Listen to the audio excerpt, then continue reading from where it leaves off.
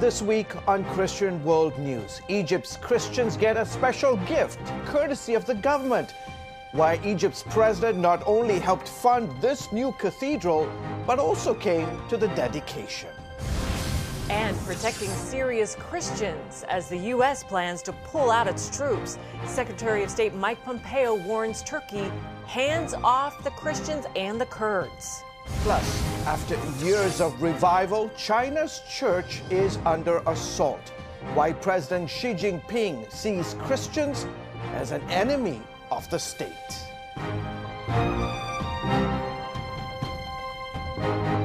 Hello, everyone. Welcome to this week's edition of Christian World News. I'm George Thomas. And I'm Wendy Griffith. Egypt's Coptic Christians celebrated Orthodox Christmas this week. Part of that celebration included the dedication of the Middle East's largest Coptic cathedral. It was quite impressive. Egypt's President Abdel Fattah al-Sisi was there for the big reveal. So was my colleague Chris Mitchell, who has this story from Cairo. At Christmas Mass, Egypt's Coptic Pope inaugurated the Nativity of the Christ Cathedral, with the president joining the celebration. The building is a gift to the church from Egypt's President el-Sisi. He commissioned the construction of the cathedral in 2017 to be part of the new administrative capital outside of Cairo. And he said he wanted the church, the new church, to be a message of peace and love to the world. Joel Rosenberg led a delegation of evangelicals here for the dedication. I think what we've seen here is historic. I really think it's a game changer that a Sunni Arab Muslim president of the world's largest Arab country has built a church, the largest in the Middle East, and given as a gift to the Christians of Egypt. We've never seen anything like it in all of history, and I think President Sisi is sending a message not just to his own people, but to all Muslims. Muslims and Christians can live in unity and coexistence. That's an extraordinary development. In a tweet, President Trump praised el-Sisi for moving his country to a more inclusive future. Johnny Moore agrees, seeing him leading a new spirit movement in the Middle East. You know, there's a verse in the Bible, that says what the enemy meant for evil, God uses for good. And the horrific terrorism of the last decade, at its height in 2014 and 2015 with ISIS, what it has done is it has created fertile ground for a new spirit of tolerance to rise across the region, and you have leaders who are facilitating that. Reverend Andrea Zaki, president of the Protestant churches here, says the Egypt portrayed in the media is not the whole story. I think Egypt is moving. Changes is not like a computer. Click, you have a new screen in a second. Culture, customs, nations, economy, all of these are taking long time, but you can feel and see and touch the changes. The group also met with Pope Tadros, the head of the largest Christian church in the Middle East, and with evangelical leaders. They shared the same story. And the answer that they give us time and time again repeatedly is we have challenges, but the situation is so much better than it was under Sadat, under Mubarak, under the Muslim Brotherhood for sure. We're encouraged, but we're going to keep pressing for even more change. Chris Mitchell, CBN News, the new Church of the Nativity, Cairo. And just days after that dedication, U.S. Secretary of State Mike Pompeo visited the cathedral. Afterwards, he sat down with our Chris Mitchell, who asked the secretary what he had to say to Middle East Christians. What about the Christians in the region? They have an appeal that they won't be eradicated, that Christianity won't be eradicated. What's your message to those Christians? That America is with them. Christianity is at the heart of the history of this place here in the Middle East. All you got to do is grab a Bible and read the places and the names. Christians have been central to the Middle East. We want to make sure that they continue to have opportunities and freedom, and for Christian churches to grow alongside churches of other faiths as well. Secretary Pompeo also says the United States stands for religious freedom. Everywhere, American diplomacy is at work. As the Trump administration pursues its plan to pull U.S. troops out of Syria, all eyes are on Turkey. America's NATO ally is anxious to rid its neighbor of Kurdish fighters. And it's pushing back, by the way, against U.S. concerns about protecting the Kurds. Now, Syria's Christians fear what a Turkish invasion will mean for them when the U.S. leaves. CBN's Jennifer Wishon explains. For President Donald Trump, getting U.S. troops out of Syria fits neatly into his America First foreign policy. But I don't want to be in Syria forever. It's sand, and it's death. But as the U.S. prepares to draw down, Assyrian Christians fear they'll be wiped out as Turkey eyes a new opening to go after its foe, the Kurds. In an open letter to the world, Syriac Assyrian Christians write, 100,000 Syriac and other Christians will be killed or driven away if Turkey invades. Turkish jihadists hunted down the Christians and Yazidis of Afrin in northwest Syria. They will do the same again, but at a much wider scale. They're referring to the ongoing cross-border operation into the Kurdish city of Afrin, launched by Turkey in March. And it's not just the Turkish military. Christians fear Turkey's Islamist agents, who have no respect for religions outside of Islam. Aykan Erdemir is a former member of Turkey's parliament and current senior fellow at the Foundation for Defense of Democracies. Will we see jihadists coming back, enslaving religious minorities, killing them, destroying churches, talking about the extinction of an ancient way of life? We're talking about, Christianity in its cradle, Yazidism in its homeland being completely destroyed. It's interesting because just last month, H.R. 390 became law, which says the State Department shall identify threats of persecution, genocide, crimes against humanity, and war crimes against members of Iraq or Syrian minority religious or ethnic groups. Does that, what's going on with the U.S. and the threat that you've just laid out, does that contradict this? I think we're sending mixed signals, certainly. Turkey has a growing notorious reputation when it comes to religious freedom. In its latest report, the U.S. designated Turkey a Tier 2 country of concern when it comes to allowing Christians and other religious minorities to practice their faiths freely. Still, President Trump is standing firm on his decision to bring U.S. troops home. What's the solution here? What can be done? In the Middle East, there's no such thing as vacuum. The moment you create a vacuum, you can be sure that Iran will be there, their proxies will be there. You can be sure that there will be Sunni jihadists there and their patrons as well. And also Russia. One option would be for the U.S. to recognize Kurdistan as a nation. But like everything in the Middle East, Erdemir says that's complicated because large populations of Kurds are spread across a number of countries, including Iran. For now, it appears U.S. policy is putting 2,000 years of Christian history and tradition at risk. Jennifer Wishon, CBN News. Up next, millions of Chinese have turned to Christ in recent decades. Now, China's President Xi Jinping views the growing church as a threat to the Communist Party. God Almighty is a God of blessing. He always wants to bless His people. But how do you get that blessing? And what principles will unlock that secret? In Miraculous Blessings, Pat Robertson shows you how to open the floodgates of God's awesome blessings in your life. In order to have a blessing, you've got to be blessable. Discover what the Bible has to say about God's covenant of blessing, the laws of blessing, and what are the hindrances to the blessings of God. The words of Jesus, they are as valid as the law of gravity, and if we follow those laws, we will be blessed. You'll see amazing true stories of everyday people whose lives were rescued and transformed by God's miraculous blessings. But even the doctors acknowledged that this had to be a miracle. Call 1-800-700-7000 or visit CBN.com to become a CBN partner and get miraculous blessings today. Hello, I'm Terry Newsom. Did you know there are more than 148 million orphans in the world today? 148 million. But it was 3 little girls that taught me about the plight of orphans. My husband and I spent nearly a month immersed in the daily activities of a Ukrainian orphanage as we waited to adopt 3 sisters.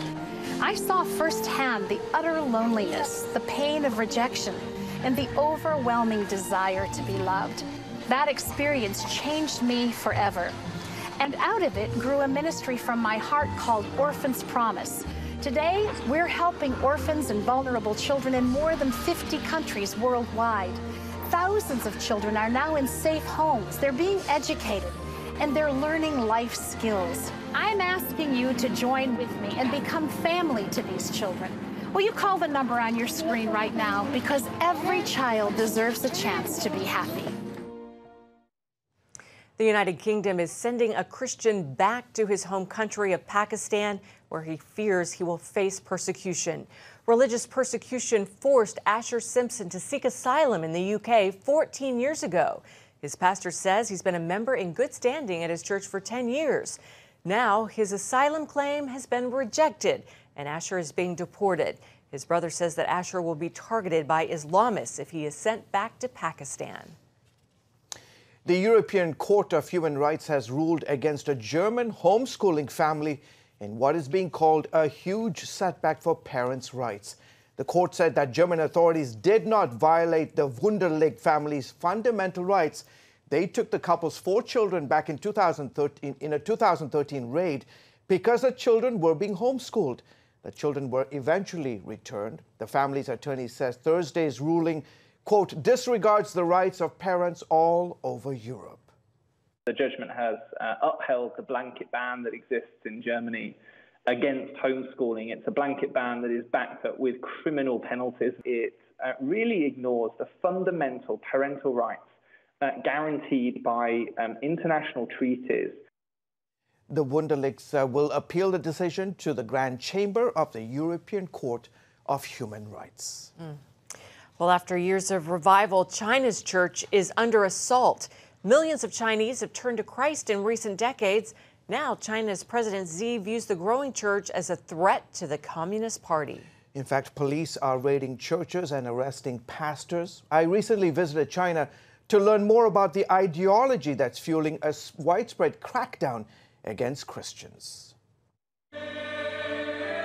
For the last 20 years, CBN News has documented the explosive growth in China's so-called underground or house church movement as millions in this officially atheistic nation converted to Christianity.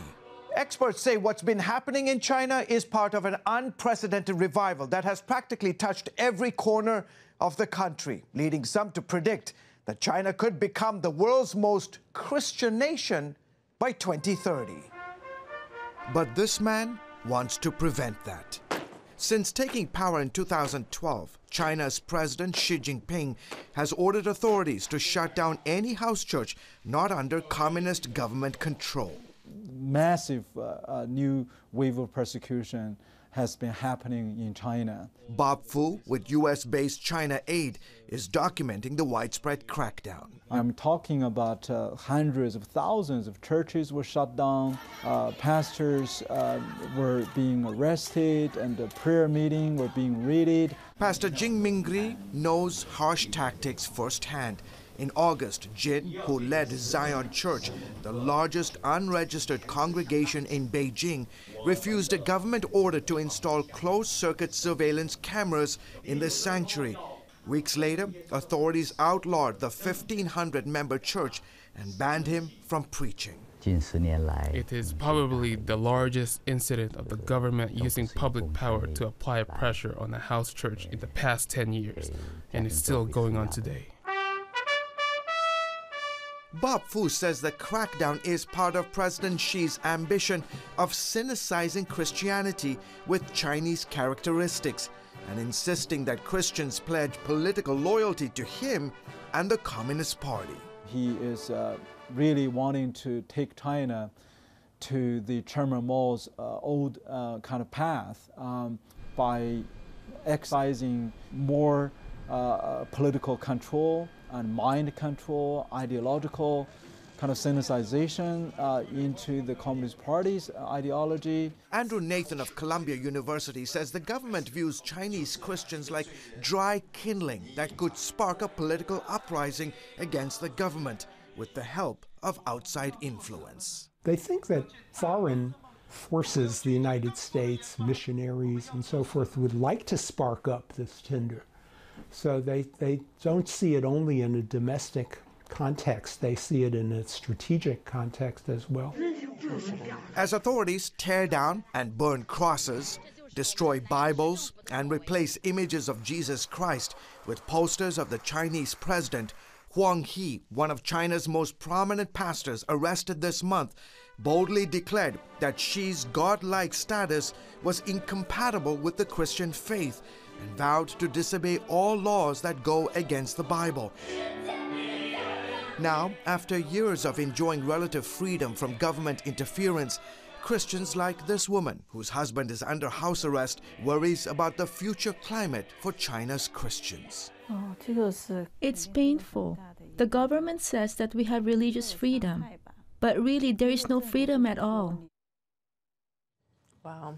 George, there's a group of Christians in Vietnam who are being persecuted. That's right. Who are they and why? Well, they're called the Hmong people, and there are about 4 to 5 million Hmong, primarily in Southeast Asia, the largest concentration in China, but also a large concentration in Vietnam. And what's happening in the northeastern highlands of Vietnam, there's a tremendous revival amongst the Hmong people, and the church and the government authorities in the northeastern part of the country are cracking down on them severely. George, how did the gospel ever even get to this remote area? It's really incredible. From the 1980s, the organization called the Far East Broadcasting Corporation, a radio mission that was based in Manila, they started communicating the gospel in the Hmong language. Wow. And so many people, almost 40% of Vietnam's Hmong today, have turned their lives over to Jesus Christ. So that's the good news. That's the good news. Great story. Right. Thanks, Thank George.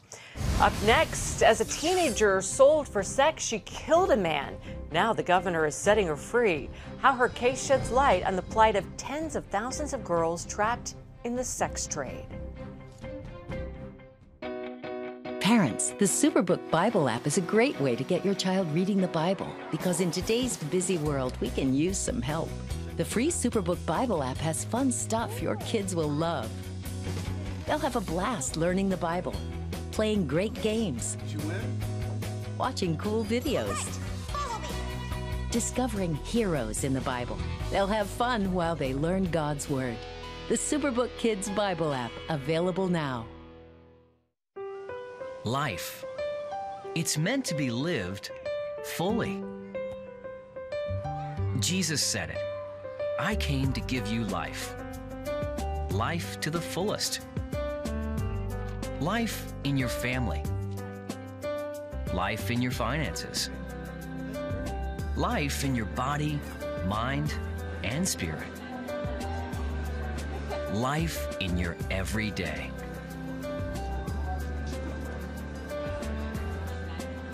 At CBN.com, we're taking what Jesus said seriously. We're here to help you discover life. Life. Live it fully. CBN.com.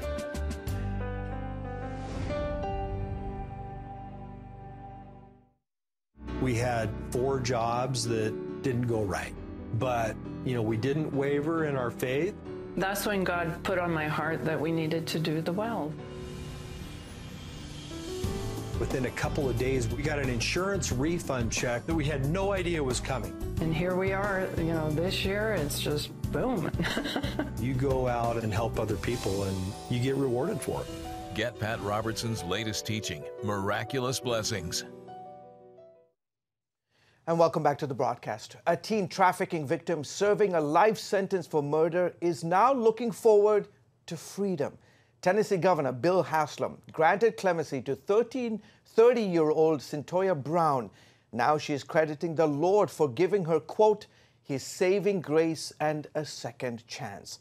Brown's lawyers say she was forced into the sex trade when she was only 16. That's when this man, Johnny Allen, bought her for sex. She said she feared for her life and shot him. She was sentenced to at least 51 years in prison. By many accounts, Brown made changes in prison deciding to follow the Lord, and is now close to finishing her bachelor's degree from Lipscomb, a Christian university. At a hearing in May, she explained, "It was so necessary to change. It wasn't so much of a choice, but I had to." Centoya's transformation is nothing short of a miracle.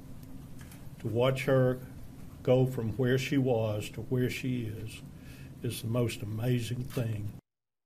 Anti-trafficking groups like Exodus Cry, the National Center on Sexual Exploitation, and Shared Hope applauded the governor's move, and Southern Baptist leader Russell Moore called Brown's clemency an important development.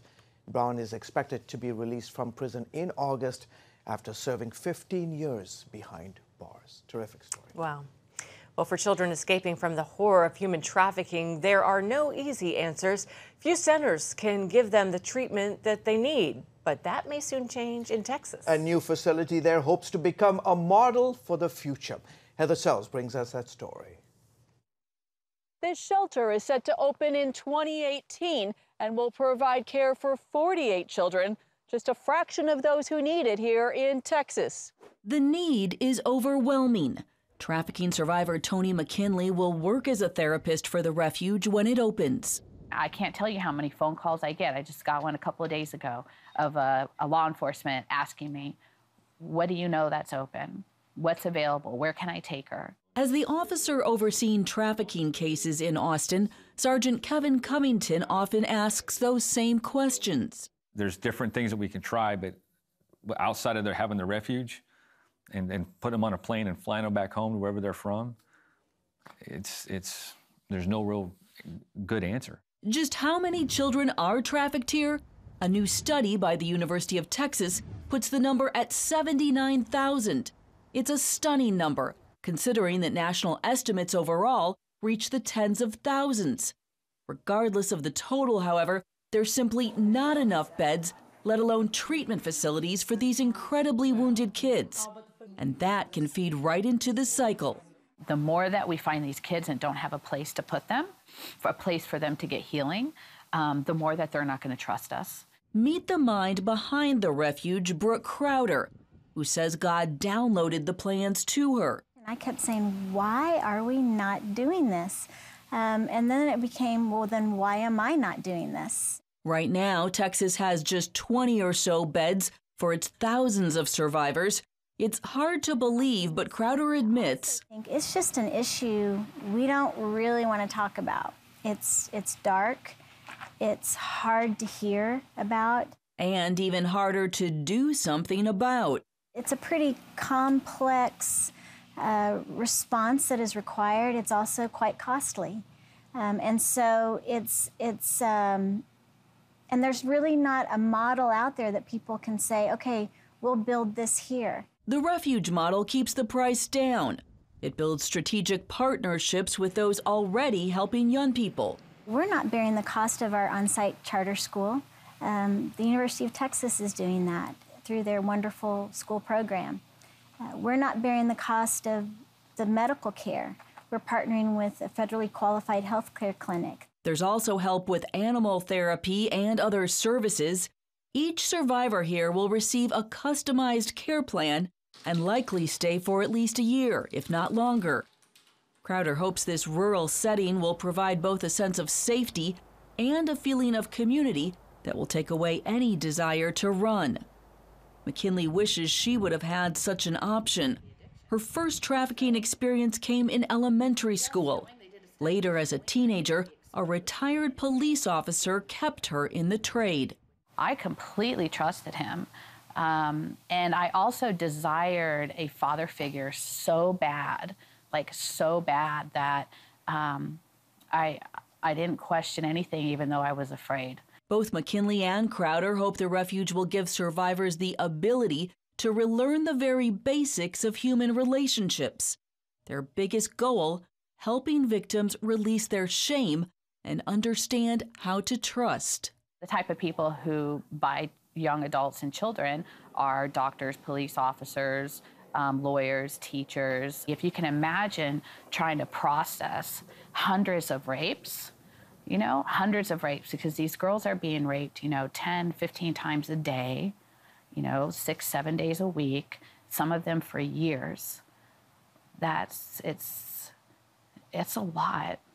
And that's why it takes so much. That's why so many people don't take this on. They don't build places like this because it's hard. If the refuge can get it right here, they would like to replicate this model in other cities in Texas and eventually in other states, providing care for the thousands of children who so desperately need it. Reporting in Central Texas, Heather Sells, CBN News. When you give, smiles grow bigger. When you care, homes are happier.